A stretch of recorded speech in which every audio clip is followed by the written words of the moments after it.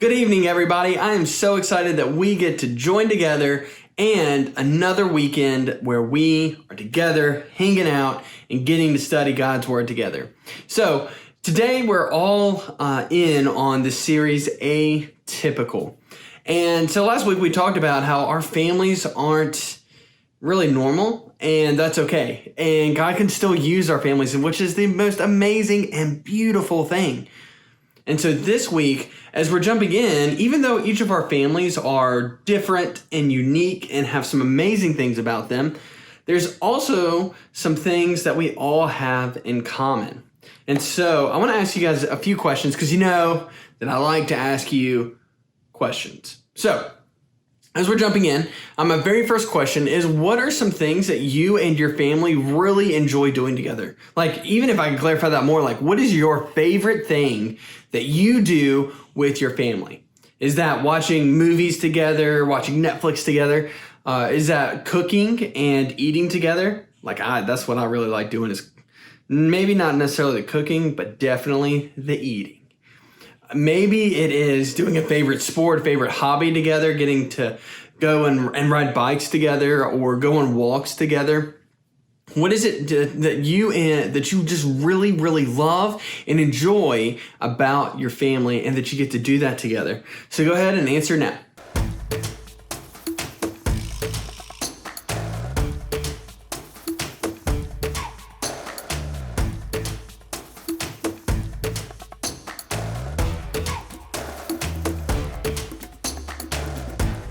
So for me, I have like two favorite things that we really like to do. And if you're paying attention, then you know one of those things. It is cooking and eating together. I love spending that time with my family because one, I really do enjoy cooking, and two, I really enjoy eating. But it's one of the times that our family's all together and we get to hang out and just talk and spend time together. And the second thing that I really like doing is we like to go on walks together. And so taking Victoria, Ezra, Lena, and myself and going on a walk and just enjoying the neighborhood, nature, as much as you can get in our neighborhood, and just getting out and outside and doing something together. Like, that is the two favorite things that I love that we do on a pretty regular basis. So let's keep going with our questions because, I don't just ask one question. Second question I've got for you is, at this very moment, how many family members do you have living with you? And so include yourself in that number. How many family members, including yourself, are living in your house? Is it 1, 2, 3, 4, 5, 6, 7, 8, 9, 10, 11, 12, 13, 14, 15? I'm going to keep going. Just kidding, I'm not. So how many family members do you have living in your house at this moment?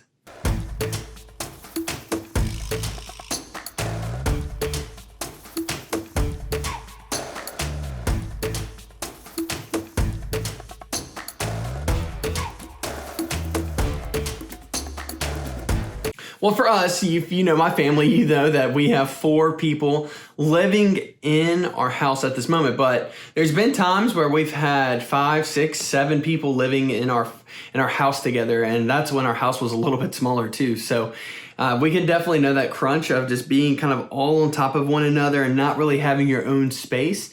But even so, again, like, different, but also we share a lot of the same things. So let's keep going. Besides your parents, so let's keep going with that question. Besides your parents, who else lives with you in your house? Is it maybe a cousin, an uncle, an aunt, your grandparents? Is there anybody else that lives with you in your current house right now? Go ahead and answer in the comments.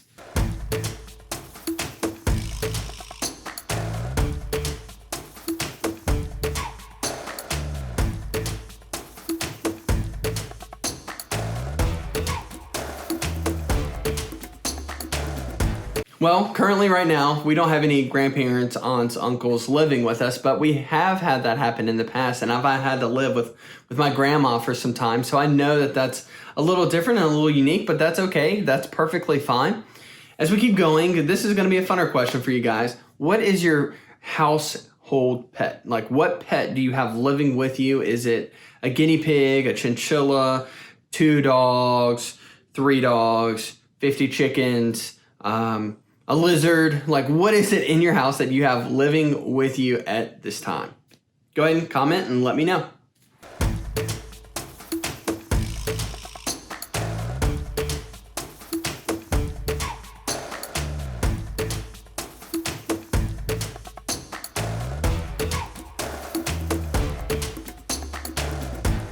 Last question for a little bit of time, because again, I like asking you guys questions. So, when's the last time that you had a disagreement with your family? That some kind of conflict came up, you got angry, you got upset, there was this big moment where you and your parents, you and your siblings had it out. When's the last time that happened? Was that today, yesterday, maybe within this week?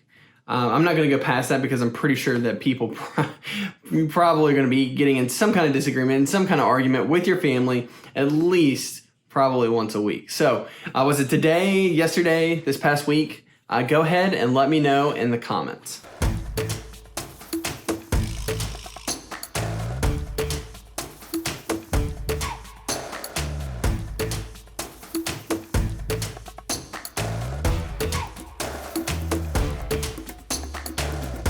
Thank you guys so much for sharing.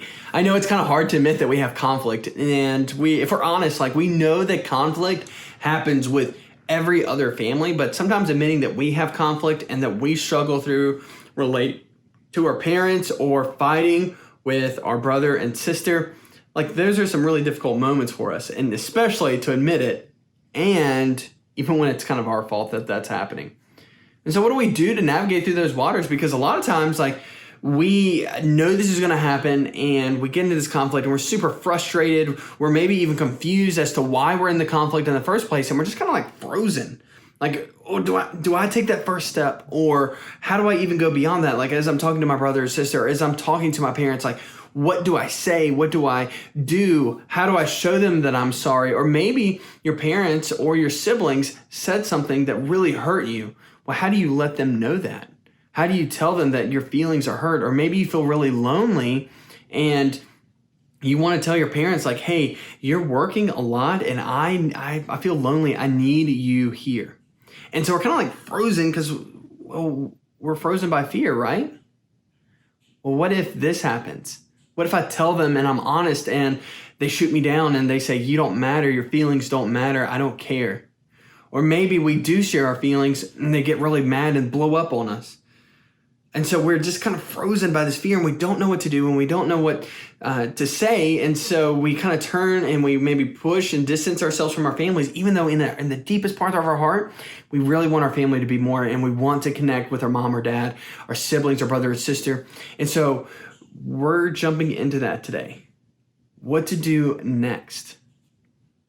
For me, as I've looked through that with my family, even being raised and now as a father and husband, it's been pretty tricky. There's been times, guys, you know it, I mess up a lot. I am not perfect. I'm not super great at navigating certain things. And so I find myself apologizing. Victoria knows this. I find myself apologizing a lot. And I am trying to learn how to be a husband. I'm trying to learn how to be a father. And all of this is brand new to me in some ways. And so even with being a parent, like, I'm navigating each step of the way for Lena and for Ezra. And there's no there's not a lot that you can pull from. And with being a husband, there's not a lot that I can pull from each year and each thing that changes in Victoria and I's relationship as we've moved, as we've had children. And now as we're growing and settling our roots here, like, there's not a lot of guidebooks to that. And so we're trying to pick and trying to learn and we're trying to navigate being a parent and loving one another. And so there's this huge pressure and we're kind of like frozen because you don't know exactly what to do. I think back to when I was a kid and I would relate to my parents and my brother. And so there was times where, like, I wanted my family to be more and I just didn't know what to do. And I wanted my family to be normal. And I knew it wasn't. And there was just this internal fight, this internal tension that just really ate at me. And I'll be the first to admit, like, a lot of the problems, a lot of the issues was me. But there's other times where, like, like, hey, I feel like you did say something that you shouldn't have. I'm really hurt by what you said. And so families are really awesome and really great, but there's also a lot of tension with it. And here's the thing, like, we're fighting for our family to be normal. We're fighting for our family to be what we know deep down in our heart that it should be. And we're fighting for that. And then sometimes, like, we don't know exactly what we're fighting for. We just want it to be more normal. And here's the thing that I want to challenge you with. Like, God is not calling your family to be normal. And like we talked about last week, like, there's no such thing as a typical normal family. And what if God is calling your family to actually be something more? What if God is calling your family to be even more atypical? To be on mission, not to be like everybody else. That maybe your family should be being called and being moved to change and impact others, to love each other well, and to represent Jesus to everybody. That's a revolutionary idea that God wants for your family. So today, that's what we're going to talk about. And we're going to talk about that through the lens and through conflict and struggles. And so as we jump in, we're going to be looking at another family in Genesis. And like we talked about last week, what's crazy is that Abraham, we're going to be studying the family of Abram and Sarah. And this is another family that messed up quite a bit. That sinned, that failed, that just did a lot of bad things. And God still used them and still loved them. And God used them to the point where they are going to change the world. Jesus is going to come from Abram. And so that's what we're jumping into today. And so as we're getting really kind of into their story, I would like for Wade, my man, to go ahead and jump in and read Genesis 13, 1 to 13. Genesis 13, 1 to 13. Wade, would you go ahead and take that away from me, please? Hey guys, I'll be reading Genesis 1 to 13, but here we go. So Abram went up from Egypt, he and his wife and all that he led, and Lot with him into Negev. Now Abram was very rich in livestock, in silver and gold, and he journeyed on from Negev as far as Bethel to the place where his tent had been at the beginning, between Bethel and Ai, to the place where he had made an altar at first. And there Abram called upon the name of the Lord.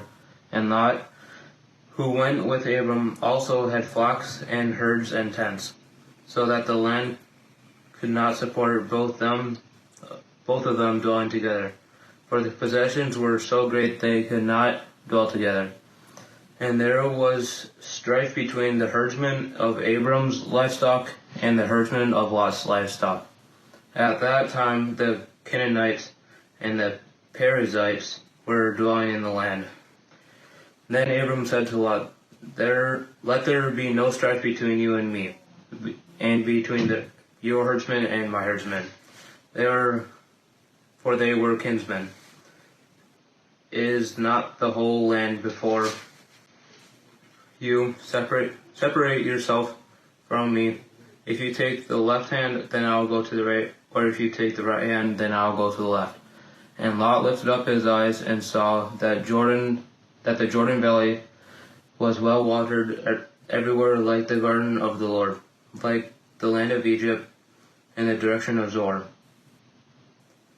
So Lot chose for himself the Jordan Valley, and Lot journeyed east, thus separated from each other. Abram settled in the land of Canaan, while Lot settled among the cities of the valley and moved his tent as far from Sodom. Now the men of Sodom were wicked, great sinners against the Lord. Wade, thank you so much for reading that. I really, really appreciate it. It's a pretty crazy story. Abram and Lot Abraham was called out of a pretty far place. It's thousands of miles away. And now God has moved him. But in that process, as Abram's about to move, Lot decides to go with him. Lot is his nephew. And so Lot and Abram have stuck really, really close together.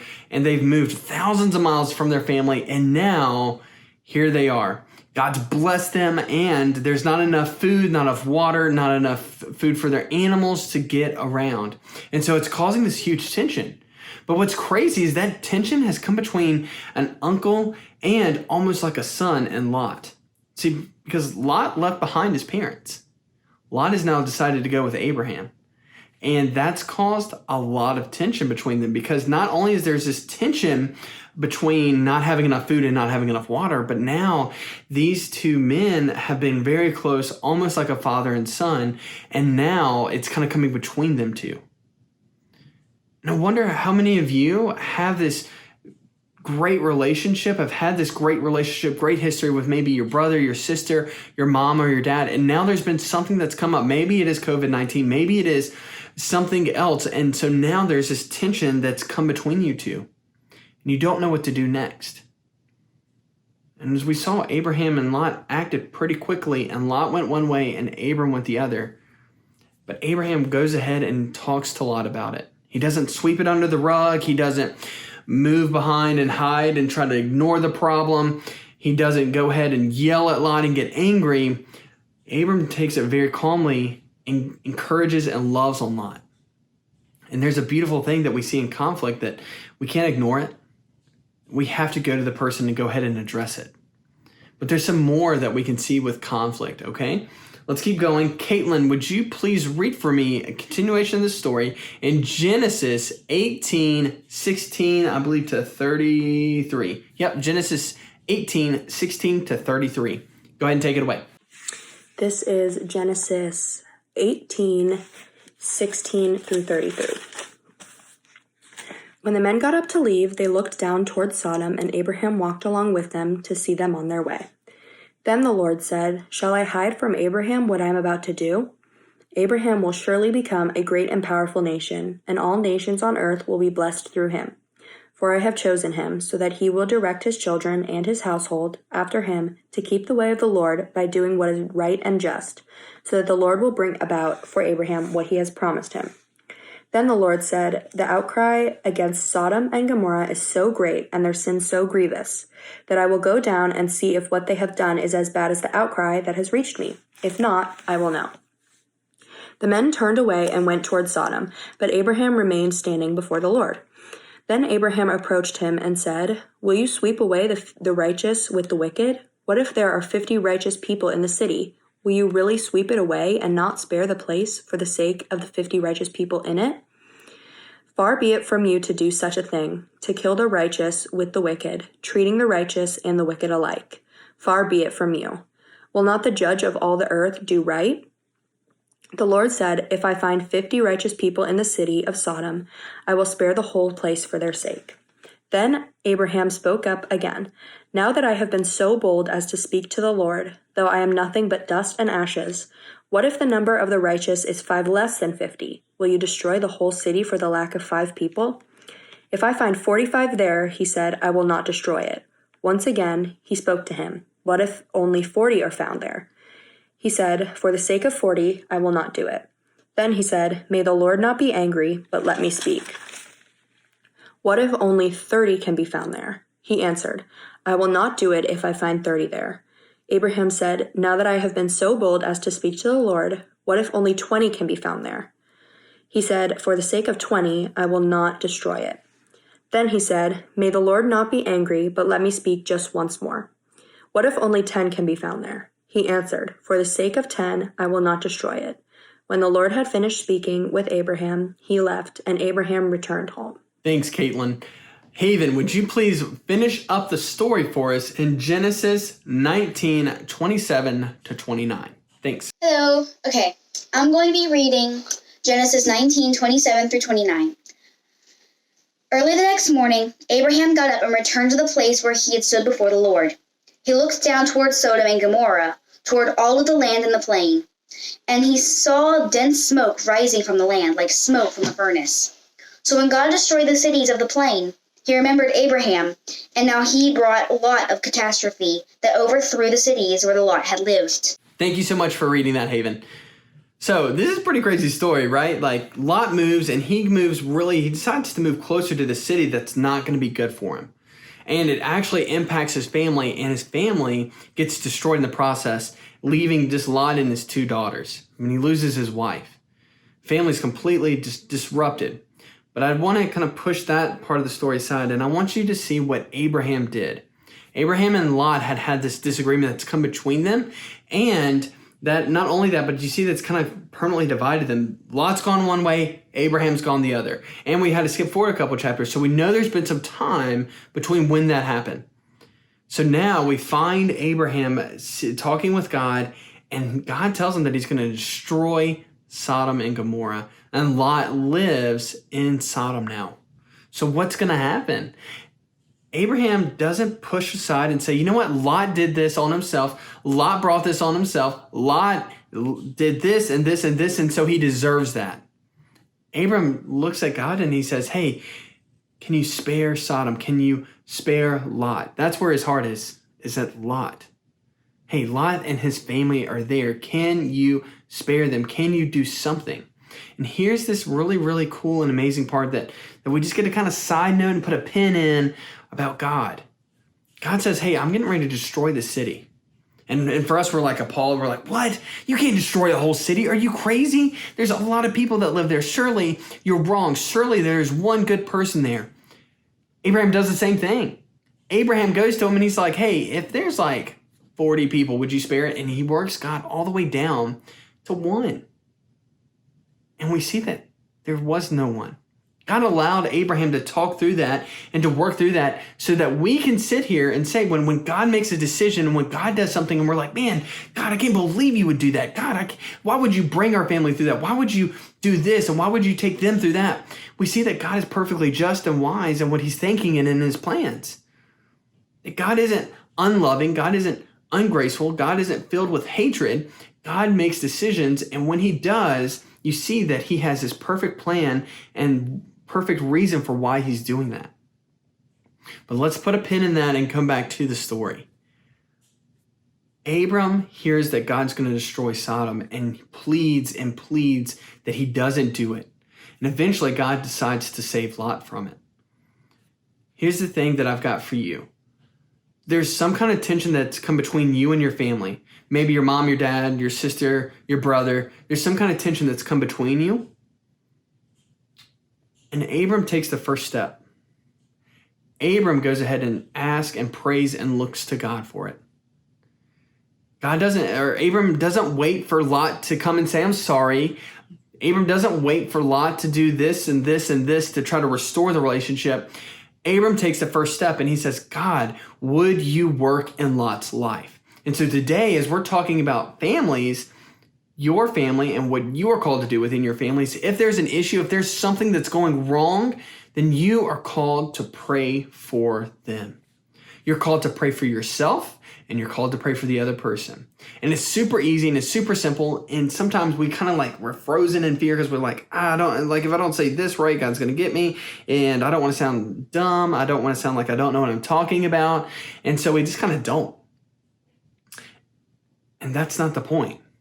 God's calling you to enter into this relationship with him, not say the right words, not make sure that you say A, B, and C. And if you say these 3 things, then God's going to be so much more pleased with you. God's called you to enter into a relationship, and that's a conversation. And all he wants is to spend time with you, not to say the right things, but to be with him. And so in your family, what God is calling you to do is when there's an issue and when there's some kind of tension and you're frozen and you don't know what to do, God's calling you, hey, I've got a clear step forward. I've got a clear path for you. All you have to do is look to me and pray and then act. Don't go and make a big scene and get upset and get angry and start yelling at your family. What God is calling you to do is, hey, come to me, find peace, and let me move in your life. Let me move in their life and then bring you together. Because that's what Abraham does. Abram acts first and he prays to God to do something amazing. And guess what? God does it. He works in Lot's life and he pulls out his family. And so in your life, what tension, what conflict, what thing that is between you and your family, some situation, some feeling, what is between you and the other person that you need to bring to God and say, God, would you move in my heart first and then in their heart?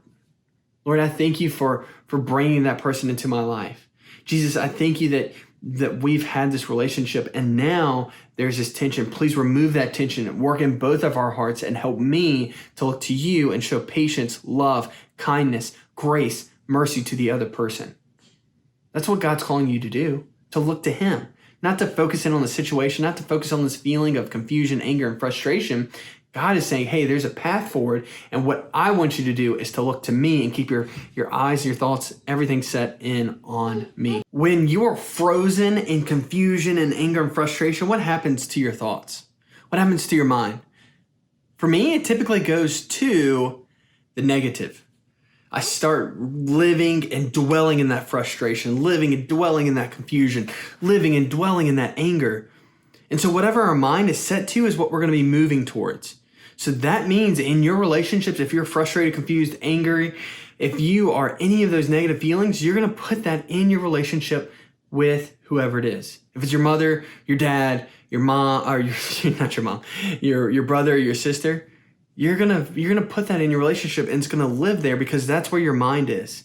You're gonna make sure that there's frustration, confusion, and anger, and it's gonna come out later on, right? And we stuff it, and it's gonna pop out and explode later on. And what God is calling you to, and what Abraham sets as an example for us, is even though we might be upset, we might be angry, it's not to stay in that spot. What God is calling us to is to move past that. It's okay to be upset and angry, but it's not okay to stay there. And so God is calling you to be the first one that moves, to move first and say, hey, I'm going to be looking to Jesus. I'm going to keep my mind there, and I'm going to pray for my heart, and I'm going to pray for your heart, because I don't want there to be any kind of tension, any kind of thing that is between me and my dad, me and my mom, me and my brother, me and my sister. I'm not going to allow that to happen. So I'm going to look to God. That is how I'm going to push forward. That's how I'm going to move forward, is to look to Jesus. And so here's what I want you to do for this week. I want you, for over the next probably about a minute, is I want you to find a piece of paper, write down whoever it is that you have that tension between, that you feel upset about, that you feel angry towards, that you are confused at, that you are just frustrated at. Whoever that is, I want you to get a card out. I want you to write their name on it, and I want you to circle it.